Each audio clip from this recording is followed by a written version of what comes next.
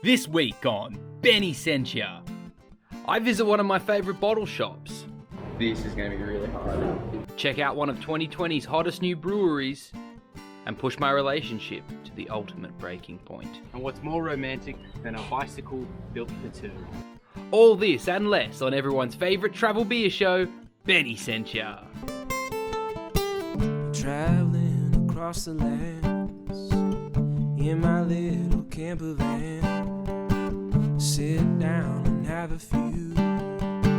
I'll tell you what you gotta do. It's in the Benny Sent Ya. It's in the Benny Sent Ya. It's in the Benny Sent Ya. It's in the Benny Sent Ya.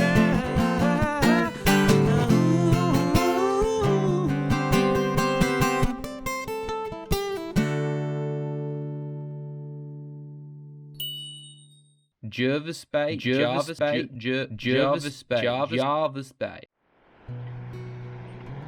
When I'm by the sea, nothing wakes me up more than a good old dunk in the water.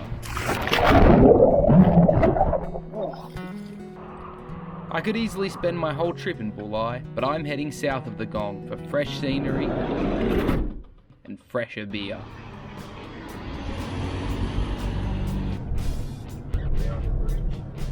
One thing I've noticed is that me and the other truck drivers all giving each other a little as we're going past, like that.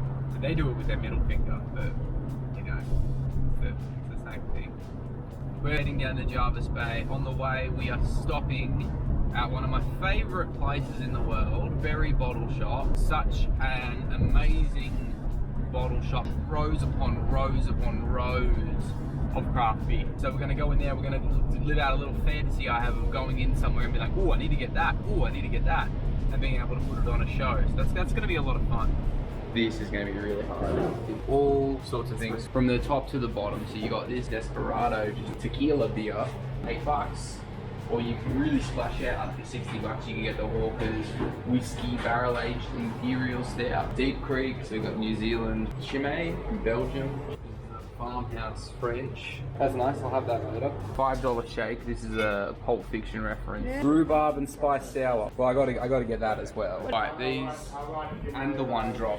And that's done. it. So that. Yeah, man, I'm just gonna... We got rid of plastic a while. Thank you. Cheers, man, have a good one. Thank you. You're hard pushed finding a quainter town than Berry on the New South Wales South Coast. Its odds and ends charm and community of foodies have put it on the highly prestigious New South Wales South Coast culinary map. Places like the Garden Cafe with their famous 63-degree egg boiling method produces the runniest, juiciest egg yolks you'd ever have the privilege to weep over. Oh my goodness.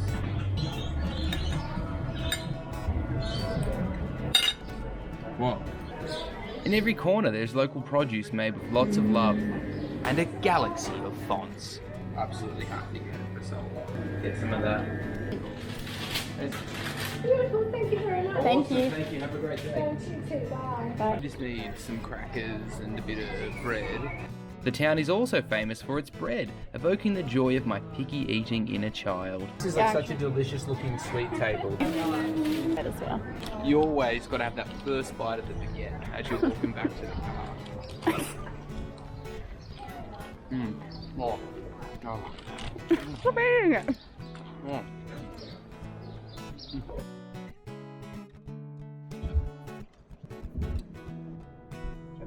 It's the big helicopter, not big things in Australia.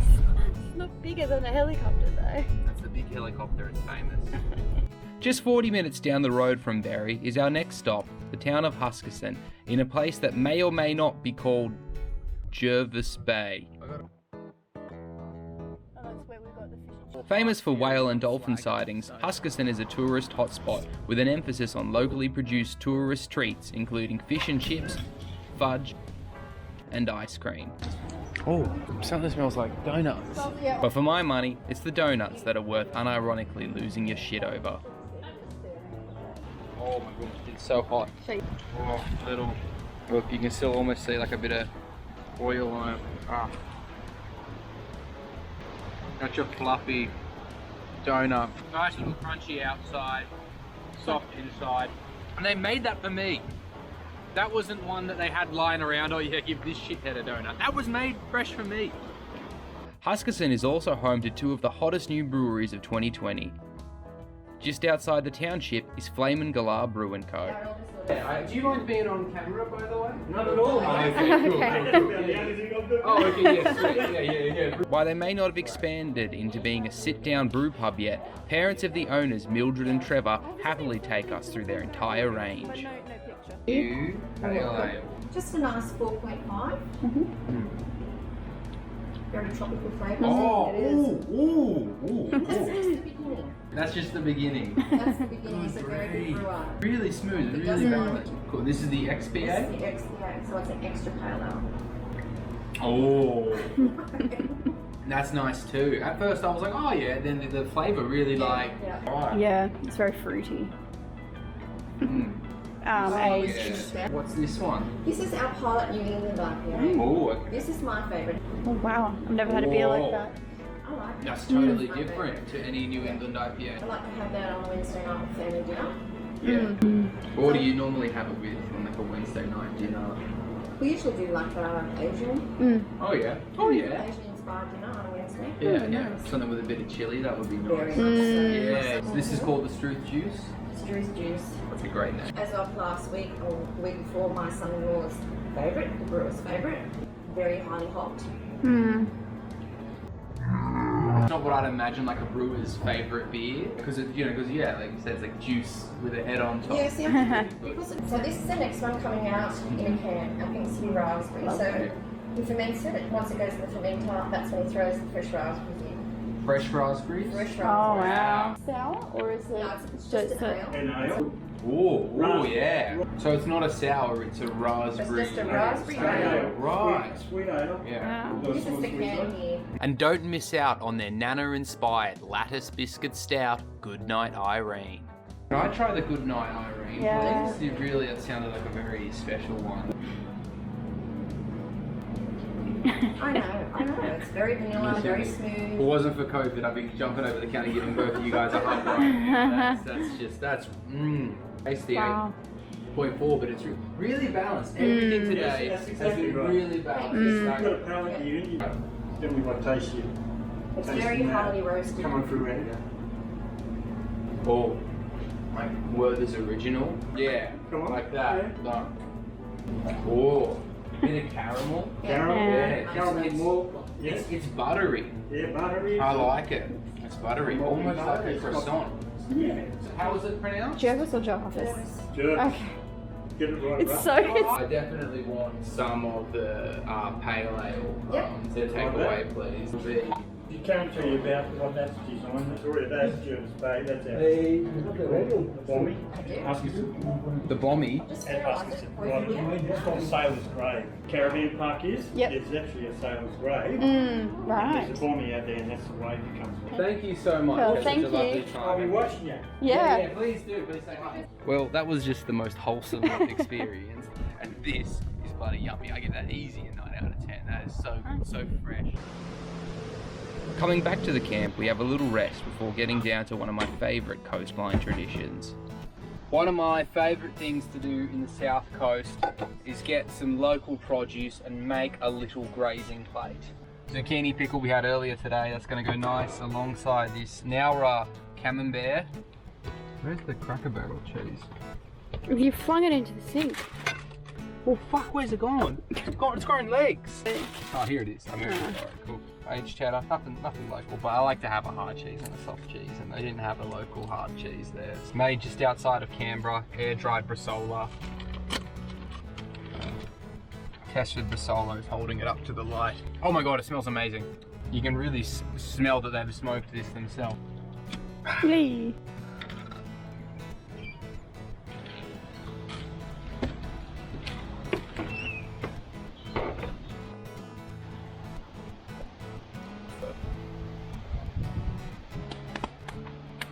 Remember, you gotta have a nice wedge of cheese. If you can't stop a door with it, you haven't got enough cheese. Oh man. Oh. When was the last time you had local bread and local cheese together and made that face that I just did. Oh yeah, and beer. So they should be like this. And after a quick swim, we're off to the pub to cheer on our mighty Blues. Yeah. Oh. Yeah. Oh. Oh yeah. No way inside. Why do they keep putting him on the big games? He fucks it up. His brother is boss of the rest. That's right.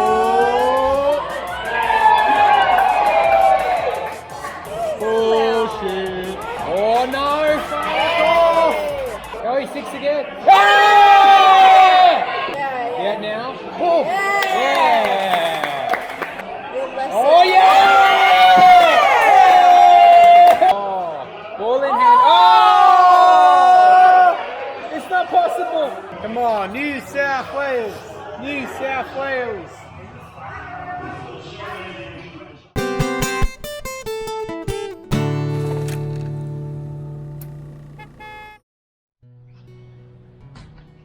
Day 4 on the South Coast brings in an overcast change. We're heading to a cafe in town called Salty Joe's, which is meant to be Californian style breakfast. So when I think Californian food, I think of like Mexican food really, and a lot of avocado and a lot of stuff that's very trendy. This is the bacon and egg toasty, some Turkish bread. There's cheese on this and barbecue sauce. They make their own hash browns here. It's really well flavoured, really crispy. Oh, that's yummy. In the latest instalment of True Love, Katie has allowed me to dip some of the hash brown into her egg yolk. And I know the perfect way to put that love to the test. With a tandem bike ride. Oh boy.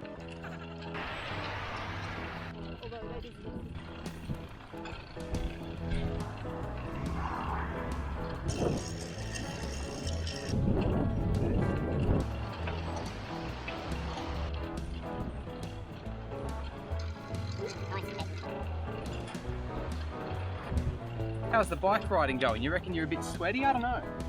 Oh my gosh.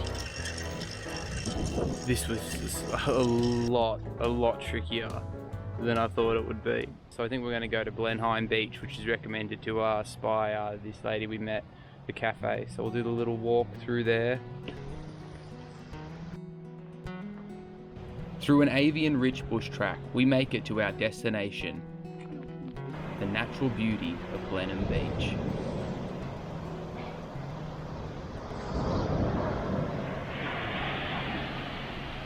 Wow. Someone set up some goalposts there. No one else is here.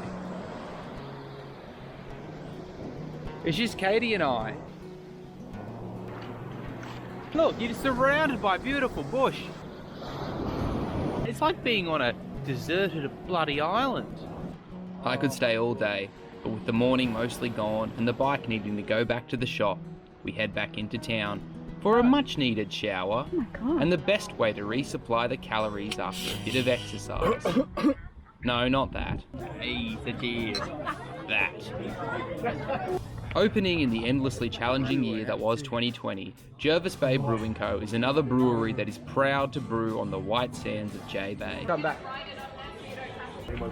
It's Thursday at like, what, 4 o'clock? And there's a real vibe here. So many people hanging out. Dogs, lovely dogs, and there's family. So it's already a very friendly space. The inside is actually also like one of the most aesthetically pleasing insides of a brewery I've seen so far. The stained glass behind the bar is just gorgeous. But this isn't Benny stained glass reviews. This tasting paddle is $14, so not bad. This is the Point per Pilsner, 4.6%. Nice colour, it's like golden. So cheers. Oh yeah, that's the real fruity, and then just kind of like, not fizzles out, but just sort of fades away like the end of a Beach Boys song. A nice, like, goodbye for now.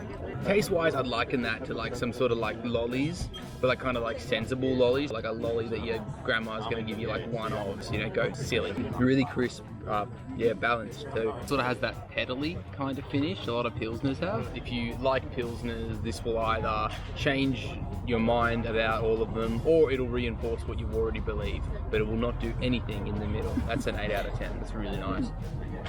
Palate cleanser.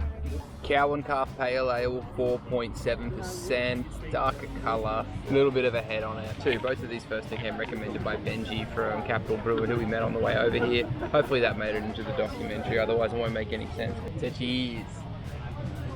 Oh, order this, get this, get this. Yep, get this. So full of flavours, just a tiny bit of pine, like a woody type of flavour. You got a lot of flavour, but it's very sessionable. You can knock this back so easily. I'm going to. Every area in my mouth has been visited by this beer now. Thoughts? It's really nice, very easygoing. Nothing in particular jumps out flavour-wise. It's just good. It's just easy and smooth. I get what you mean. It's not like I could like really think of like tasting notes. I'm like, oh, this has got a bit of this, this has got a bit of that. Overall, this is just a really nice, well-balanced beer. Definite 9 out of 10. Definitely. That's really yummy. That's one of the best pale ales I've had this year. This is the Dunkelweizen, which is a dark wheat beer. It is 4.7%. As you can see, it is the darker colour. Let's see how this one goes to cheers. Well, it has that real sweetness of the wheat beer, like a beer that's maybe been like, you know, just chilling out for a bit too long.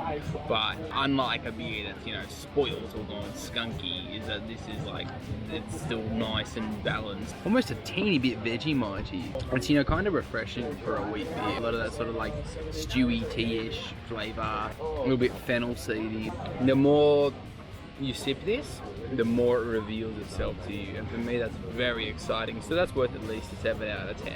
Maybe an 8, we're going to go with 7 for now. Lastly, the Low Vis Hazy IPA. This is 6.7. As we can see, it is very hazy. It has that sort of juicy look. Will it have that juicy taste? We'll find out. Cheers. At first, there was a really intense, almost like blue cheese flavour that hit me, or like a really pungent cheese from overseas. Cheese from overseas. And that was cheese from overseas, but they're like a version of the Doors Plus theme song. It's hard to say. You can taste the extra alcohol for sure. It hits your mouth with these mossy, blue cheesy, grainy breakfast cereal from SpongeBob and Hell type flavours. Really filling up your whole mouth, almost depriving your mouth of moisture after you've had a sip. Now, knowing your palate a little bit, I'm concerned that you don't like this one. I do have a bit of an aversion to hazies because I do think they have that pungence to them. So it's better than a lot of the other ones. I can drink it happily. It is a stinky beer in the same way that you got a stinky cheese. It doesn't mean you don't like it. It still does have that kind of musky durian flavour, but much milder than a lot of others. That was Musky Durian with their like a version of S Club 7. Just filling my whole mouth with flavour in the same way that a cigarette would, but instead of horrible carcinogenic cancerous smoke, it's filling it with just little bits of flavour, almost from all around the globe. So I give this one a 7 out of 10. If you're into hazies, try this and tell me what you think. Top brew of the week, not even a question. The pale ale. Get this, buy this, drink this. This, to me, I'd rate it at a 9. It's closer to a 10 than it is an 8. It's really very good. In the top 2 pale ales of the year for me. Top brew of the week, nice one. I could honestly see myself relaxing here for quite a while. All the outdoor tables are going. There's flies around, but they got like Aerogard on the table. I try some of the food truck, see how it is. That is a really juicy cocktail. And that's cooked to perfection. It's a little bit of beans, a little bit of garlic. I'm gonna keep eating it like this.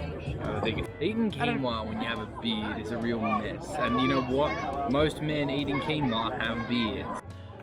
And it's not long before the vibe gets extremely personal and I bump into an old mate. Hey, buddy. Hey, how you doing? I recognise you from the car. I was like, what the heck? Once was Daryl, now is Jet from Gunface. Jet. How you doing, man? I'm so good and I'm seeing you. Like any fourth generation coastie, Jet is full of yarns and quickly lets me in on some of the legends behind the beers. That's named after, because I run the whale and dolphin watching company down here. It's named after the humpback whales and their babies that come into the bay this time of year. This guy, when he was working at a pub in Katoomba, when I was going drinking in Katoomba, it used to cost $5.50 for a scooter. I'd give him the $5.50 and he'd give me back my change, which was a $5. So for like 3 months, I was drinking 50-cent beers. It was so good. Well, this one's called Pete's Gift, mid-strength. Yeah, it's really tasty. It was for a bloke called Pete who bugged our head brewer Osh to make a mid-strength for about a year. And so that one's for Pete. The fire that burned through the Shoalhaven region burned for 72 days straight and burned 80% of the region. In the middle of the day it was pitch black, ash raining down on our umbrellas here. The local community actually really supported this place. It opened in such a terrible time, and then we had about a month of normal operation, then COVID hit. So it had so much local support. I think in the coming months we'll probably be open every day of the week. Eventually, Jet helps me settle a puzzle that has plagued me ever since I learned this place existed.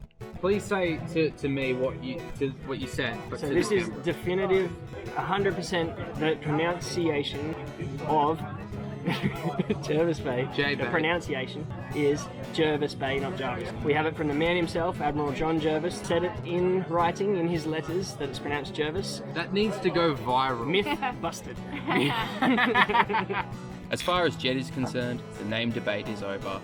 Unfortunately, so is our time in Jervis Bay. Next week on Benny Sencha, I visit a brewery inside a caravan park. Far out. Double park at a fancy venue.